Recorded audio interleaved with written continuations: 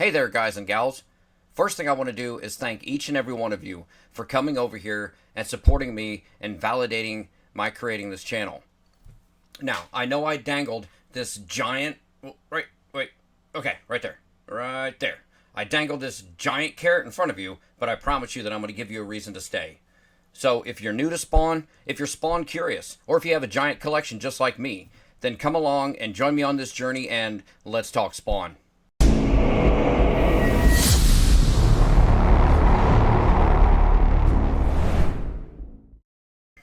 Alright, for New Comic Book Day this week, we started off with Spawn Dark Ages issue 3. Now, this is a new mini-series that came out. It's issue 3 of 6. Liam Sharp is on the art, and he's writing it. I'm really enjoying it so far, and I'd like to see where it goes. And at some point, I need to go back and read the original series. We have Mirko Kolak, who has a trade dress and a Virgin variant cover out for it. So, go check it out. Okay, we also got Gunslinger issue 50. And poor Javi, he can't catch a break. Every time he thinks that things have settled down for a moment, they just go sideways. Now, we left poor Javi hanging at the end of this issue, so to speak. And we're going to have to wait till next month to find out what's going on. It was a really great issue. I really enjoyed it.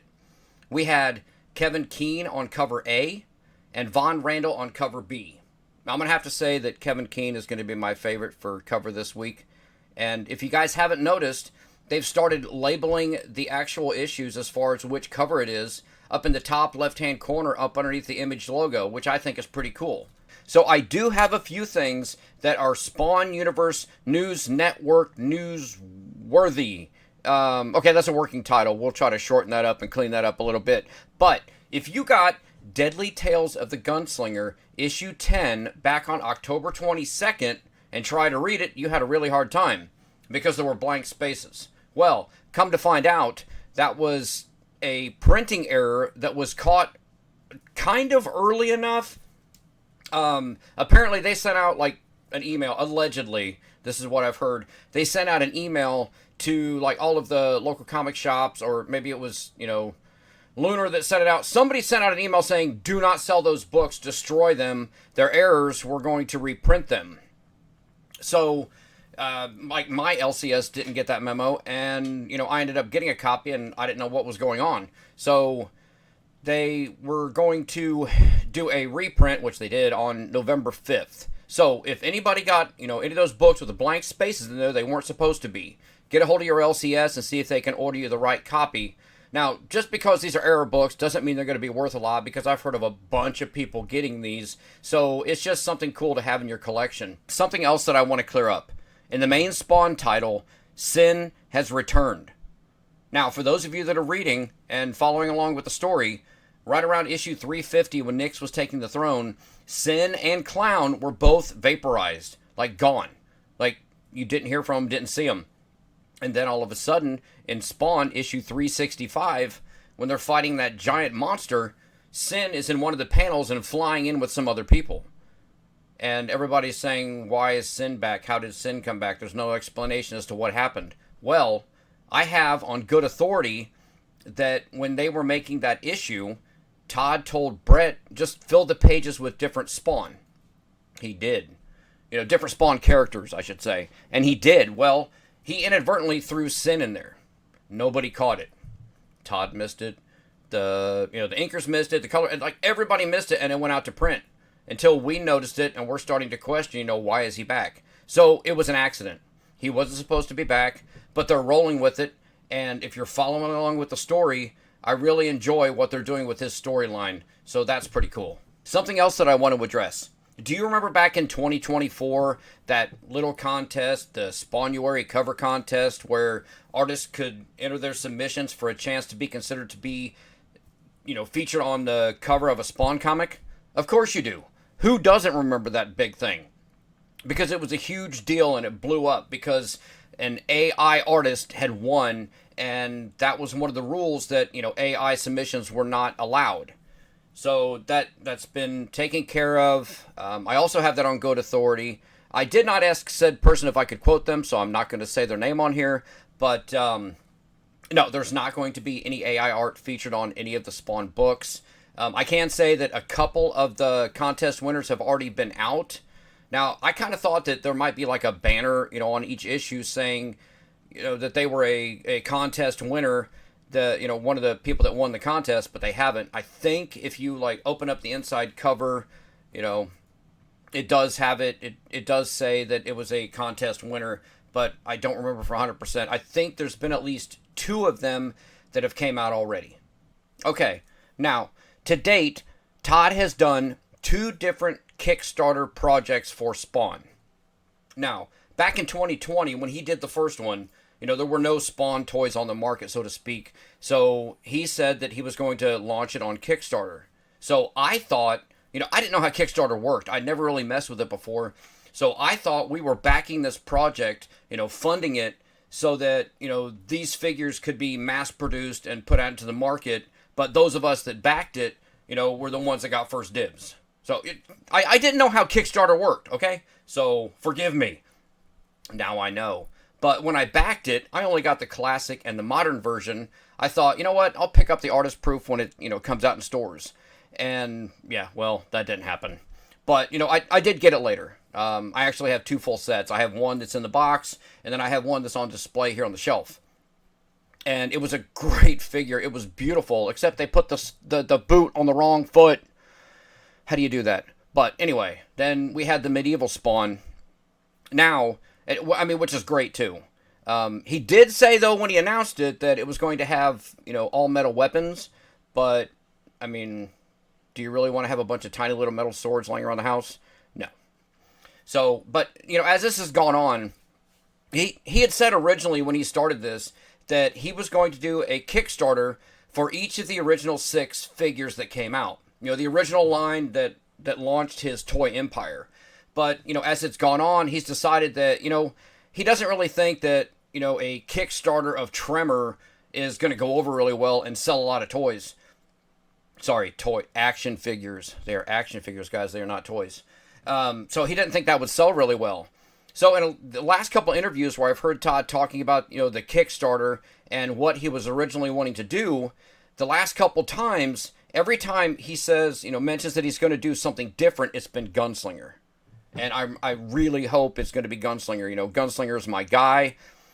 I actually got a chance to talk to Todd about the Kickstarter Gunslinger, kind of, and mention that when he, like the last Discord he did.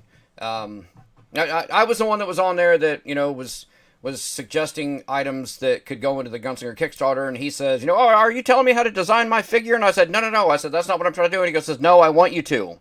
So, I suggested, I said, you need to give the Gunslinger Kickstarter, I said, you need to make sure that he has some wings, put him in the box. I said, make them a stretch goal, do something, because there is not a Spawn out there, alive or dead, that does not look badass with a pair of wings. I know they're poisonous, I know they're from heaven, I know they hurt him, but he looks badass when he pulls them out. So, here's hoping that the next Kickstarter project that we get is Gunslinger, but I'm fairly confident that it is going to be. Figure news, the latest to come out is the Image Comics Founders Elite Edition, which is right there. I was able to snag that. I got it off the McFarlane Toys website. I know they're like selling out everywhere. Now, I know a lot of people have complained, and I've done a side-by-side myself. It is the same exact sculpt as the Shadow of the Spawn figure that came out.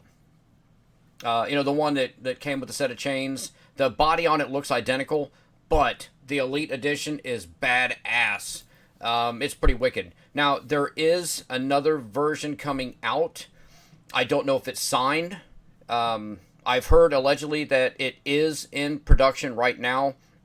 That is going to come with the extra set of heads. I don't know if it's a signed, autographed edition, but I do know that's coming.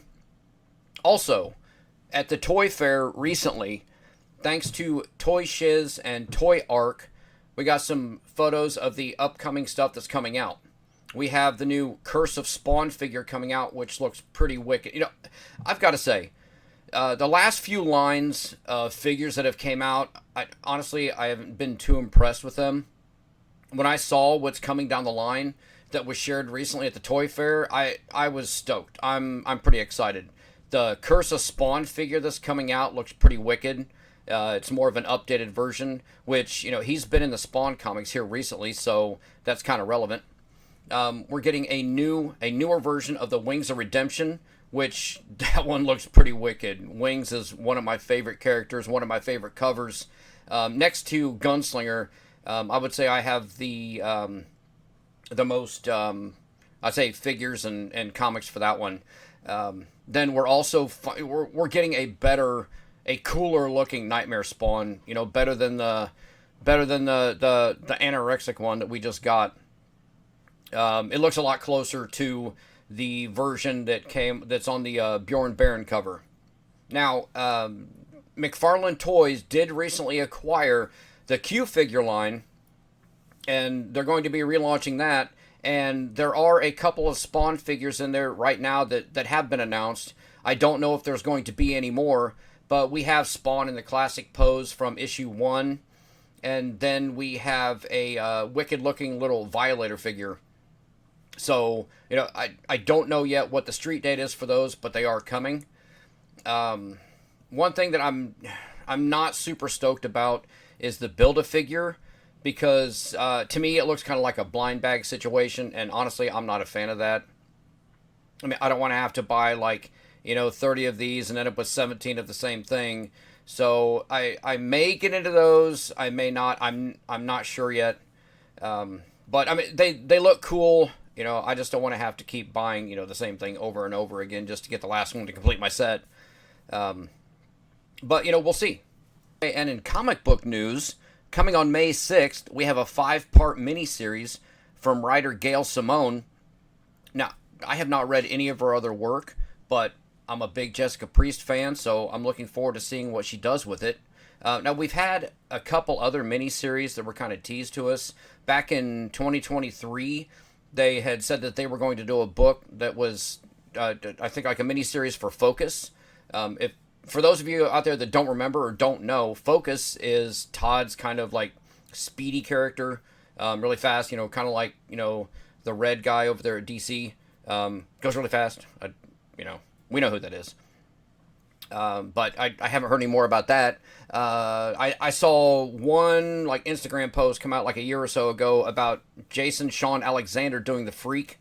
I'm really hoping that comes out soon. I love Jason Sean Alexander's art. I think he would be a good fit for the Freak. I think Todd had said in an interview that he doesn't know how long the Freak book would go on for. He said he's got plenty of material to fill issues with. So I'm really excited for that one, and I want to see it. Also, a previous miniseries that came out, Misery, that was such a good book, and I really hope that somebody picks that up and continues it. It is really dark and kind of a brutal book, but I mean it was great. I mean it was written by Todd, and he's hoping that a female writer will come in and pick up the reins and take off with it. I really hope somebody does. I really like Cyan's journey and going through everything with her, and I'm really hoping that series continues. Now, movie. All we've heard about is the Spawn movie. Well, actually, we haven't heard about it for quite a while, but that's because Wanda told him to shut up. Yeah, Todd's wife told him to stop talking about it. Which, Todd's a salesman. Todd is, out there pitching his movie and trying to get us all excited and stoked for it. And, I get it, at first, but after a while, it was just so much. It was tedious. So she just told him, no, shut up. Stop talking about the movie until you have something solid. So for right now, all we know is that Blumhouse is going to produce it. The script is done. Apparently, Jamie Foxx is still on board to play Spawn. And that's pretty much all the information we have. Now, when I was in New York, which I'm going to do an episode to cover the New York City Comic Con here in a little bit. But when I was in New York, I got the chance to meet Todd, and I also got the chance to meet Wanda, and I talked to Wanda for a few. And she's a very lovely lady. I'm some crazy fan coming up to her, and she was, very nice and polite. But I just suggested to her, for what it's worth, I said, you know what? I said, thank you for telling Todd to shut up about the movie. If it's going to get done, it'll get done. But I said what they need to do. I said what Todd should do. I mean, I understand. He's a salesman. He could sell anything, and he gets excited and he wants to get out there in front of everybody and talk about it. But I said for the movie, we've been anticipating this thing for decades now. I said what he should do, or what TMP should do, is just release the trailer. Don't say anything. Don't hype it up. Don't push it out there, because trust me, you know that we're gonna share it. We're gonna get the word out there that this movie is coming. I said just release the trailer, and just say the tagline. Just check it out. That's it. Just gently release it out there and let us send it out to the masses. That's what I would like to see. So for right now, that's all we know about the movie. But if you guys are really, wanting to scratch that Spawn movie itch, you can head over to Arrow Video and check out the 4K release they just did. I think it came out like back right before the holidays, and I got it. I got 2 copies. I watched one of them, and it looks beautiful. It looks amazing. There was like one scene in there where it looked like they weren't able to get the video quality up to 4K, but other than that, it was like I felt like I was watching it again, back when I was a kid for the first time. It looked great. The movie's not that great, but I mean, it looked good. The Malbolgia even looks bad in 4K. So yeah, go check it out. Okay, so that's it for the Spawn Universe News Network news this week. Like I said, working title. So we currently have 9 Spawn books that are in print. 8 of them are on ongoing titles. One of them is a mini-series, but Dark Ages should be wrapping up at about the time that She Spawn starts. So at any given time, we have 9 Spawn books that are out there in print. I am reading all of the titles, and I want to go through and list them off in my order, how I would rank the books. So starting off, we have Deadly Tales of the Gunslinger with Jimmy Palmiotti and Patrick Reynolds. But I'm sad to say that Patrick Reynolds announced the other day on his Instagram that he is going to be stepping away from doing the interiors of the Deadly Tales book, which kind of bums me out a little bit because his art pairs so perfectly with Jimmy's story. But he did say that he is still going to do covers. So I'm kind of curious to see who they're going to get to do the interiors full time. They haven't really had anybody yet. They've had a couple people fill in, when Patrick wasn't able to do it. So, he didn't, give a reason. He just said he was stepping away, which, I can respect that. All right, next we have Gunslinger with Todd McFarlane and Carlo Barberi on the art. I got to say, I kind of liked it better when Brett Booth was on the art. Nothing against Carlo's art at all. Like, he's a great artist. I just think that Brett was like a little bit of a better fit. So, still one of my favorite titles. I gotta say though, I don't miss the dinosaurs. I know it's a comic book, and I get that. It's all fake. It's not real. But the dinosaurs just like took me out of the story. Which Brett, if you like drawing them, that's great. It just it didn't fit for me. But that was a pretty wicked horse that came from the tiny little dinosaur in his pocket, and I hope to see that again soon. Next on my list, at number 3 is going to be Curse of Shirley Johnson, and good God, guys, this is an amazing book. If you have not picked this up, if you have not checked this out, I really hope that you do. Like, this whole story hinges off like one panel that comes out of Spawn issue 5. Billy Kincaid and does something to this little girl. I mean, what he does to her. But that's the kickoff for this. Now, that's not the whole center of this book. Daniel Henriquez and Jonathan Glapian, they have created this awesome world, like where she lives and the people that she interacts with and she meets. And guys, I'm telling you, go check this out. It's amazing. Next we have King Spawn. I'll be honest, King Spawn, I didn't care for it in the beginning, the story has kind of pivoted. I didn't really like the direction the story was going, but now it's great. I think of it as kind of like I don't know, like a free for all Spawn. Like he's just kind of doing his own thing. Then you have the main title with Todd McFarlane. Oh, sorry. King Spawn has Rory McConville with on the story with Todd McFarlane and Yildari Sinar that's on the art. Still one of my favorite books. Then you have the Spawn, the main title with obviously Todd McFarlane doing the writing and Brett Booth on the art. Awesome book, great book. I have a prediction as to where I think that's headed for issue 400. Let me know what you guys think down in the comments, because if you're following along with the story, I'm pretty sure I know what's going to happen, where they're headed. I'm really enjoying this story, and if what is going to happen is what I think is going to happen, is that right? I'm really excited for it. It's going to be a fun ride to get there. Now, we also have Salmon Twitch, which right now we have Thomas Healy, who is writing it, which not only can this guy edit a book, but man, he can write.